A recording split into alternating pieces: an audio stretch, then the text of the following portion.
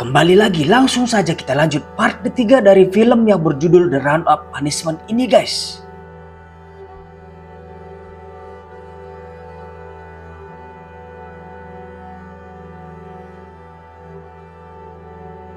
Keesokan harinya, mayat Ketua Go ditemukan di dalam sebuah kotak kontainer yang berisi pakaian. Dari hasil pemeriksaan dan otopsi, polisi menemukan kesamaan dengan kejadian-kejadian sebelumnya.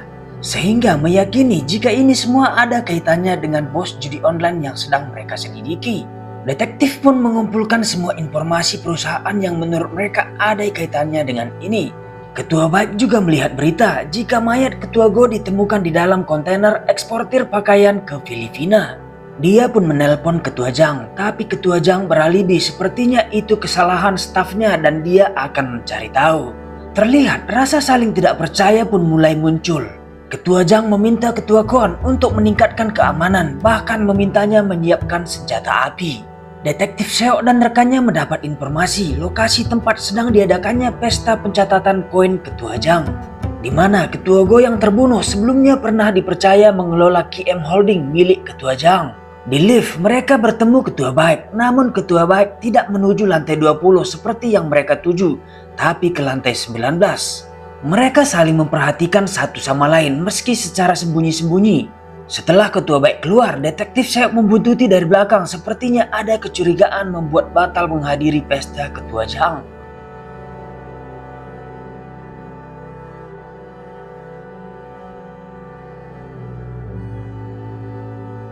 Di ujung koridor ada dua lokasi toilet, mereka pun berpencar.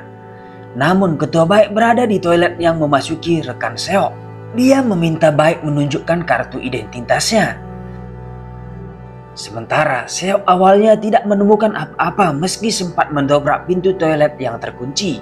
Namun dia diserang oleh anak buah Baik setelah berbalik badan untuk pergi. Di sisi lain, rekannya diserang oleh Baik menggunakan pisau yang biasa dia gunakan. Dia sampai menjerit memanggil Seok. Seok harus menghadapi dua orang karena satu lagi anak buah Baik datang ke sana.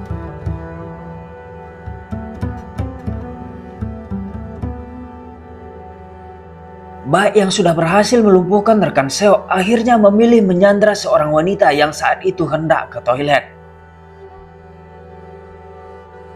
Meski Seok berusaha membujuk, namun Baik tetap menusuk wanita itu tepat di lehernya lalu pergi. Mereka berhasil mengamankan satu anak buah Baik yang saat itu sampai pingsan dihajar oleh Seok. Karena tidak mau berbicara, Seok memakaikannya sebuah helm lalu memukuli kepalanya yang beralaskan helm tersebut. Akhirnya mereka pun mendapatkan data mengenai Baik yang merupakan mantan pasukan khusus yang kejam. Bahkan mengetahui saat Baik dikeluarkan dari kesatuan pasukan khusus itu juga awalnya muncul Emperor Casino yang diduga dikelola oleh Baik. Mereka juga menduga jika semuanya ada kaitannya dengan Ketua Jang yang merupakan sekaligus pengembang Emperor Casino. Karena itu mereka diminta mencari tahu seperti apa hubungan orang-orang ini semua. Di saat yang sama, detektif Seok dan Hyung dipanggil atasan mereka dan memarahinya. Karena masalah yang makin banyak akhir-akhir ini, mulai dari tahanan yang dibunuh sampai ditemukannya mayat di pelabuhan. Bahkan menghentikan mereka untuk menangani kasus ini lalu memintanya menangani kasus lain. Seok sebenarnya menolak hal itu, namun dia ditarik oleh rekannya Hyung. Rekannya bahkan merasa sebaiknya bubarkan saja tim ini lalu menyerahkannya ke tim orang lain.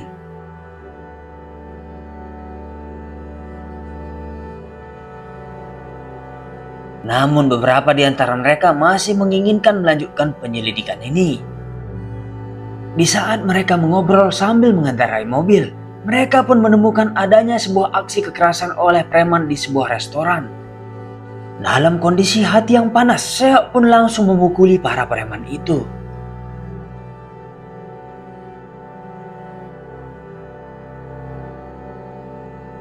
Mereka pun kemudian kembali ke kantor dan saat dia melihat sebuah kotak tisu, dia pun mengingat ucapan Ketua Yisu.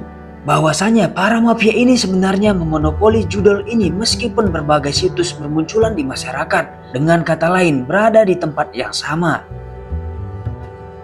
Di sisi lain, Ketua Zhang semakin merasakan kekhawatiran dan ketakutannya terhadap Ketua Baek. Dia pun meminta Ketua Kwon melakukan sesuatu sambil mengamankan aset-asetnya ke dalam berangkas.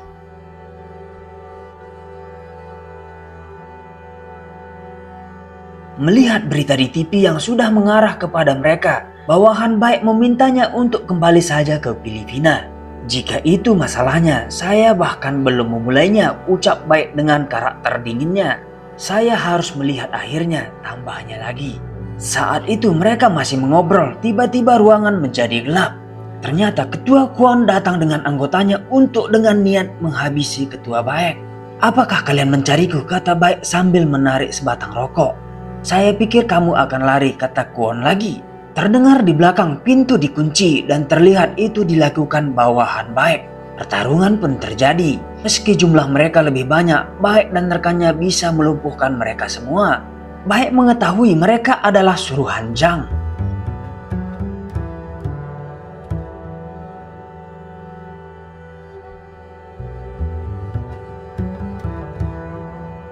Baek menyisakan Ketua Kwon. "Jika Ketua Zhang menjanjikanmu lebih, aku bisa membaginya sedikit," kata Baek.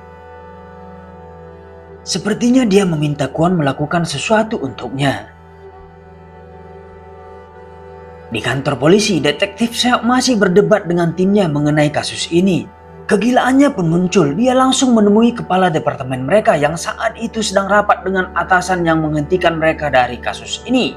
Hyung bahkan teriak-teriak berlari mengejarnya untuk tidak melakukan itu. "Saya sudah berjanji kepada ibu korban untuk menangkap orang-orang ini," ucapnya. Atasan mereka terlihat panik dan marah. "Saya berjanji menyelesaikan ini dan pelaku kejahatan yang akan saya tangkap jumlahnya 3 digit," katanya lagi. Bos mereka terlihat menyetujuinya sehingga atasan yang sebelumnya menghentikannya tidak bisa berbuat apa-apa dan hanya ngikut saja. Sebelum pergi, dia bahkan mengejek atasannya dengan kata perubahan. Mereka pun kemudian berkumpul mencari cara menyita server kasino di Filipina untuk menemukan bukti jika Zhang adalah manajer pengelolanya. Mereka juga berencana membuka kasino sebagai pesaing mereka. Dengan begitu para mafia ini akan datang dengan sendirinya mencari mereka. Dengan menjikat kepalanya, maka semua yang di bawah seperti Baek pun akan menjadi cemas, ucap detektif Hyung.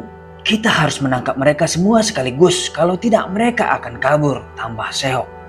Seok kembali menemui Yisu yang profesional di bidang ini. Yisu pun awalnya menolak karena takut akan terjadi sesuatu padanya di kemudian hari atas tugas yang diberi sebagai pengelola kasino. Namun Seok meyakinkannya dengan memberikannya sebuah lencana sebagai petugas polisi rahasia yang sedang menjalankan misi rahasia. Orang-orang harus melalui rekrutmen yang panjang untuk mendapatkan ini. "Jika kau tidak mau, kembalikan, ku cari yang lain saja," ucap Seok. Tentu saja Yisu tidak akan melepaskannya, mengingat menjadi polisi adalah impiannya sejak kecil meskipun ini hanya sebagai polisi rahasia. Mereka kemudian menyulap kantor mereka menjadi kantor judi online sebagai lokasi pelayanan pembayaran, pemantauan, dan pemeliharaan.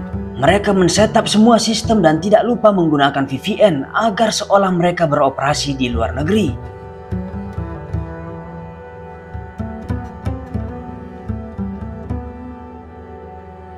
Beberapa orang kemudian diberangkatkan ke Filipina untuk menjalankan misi.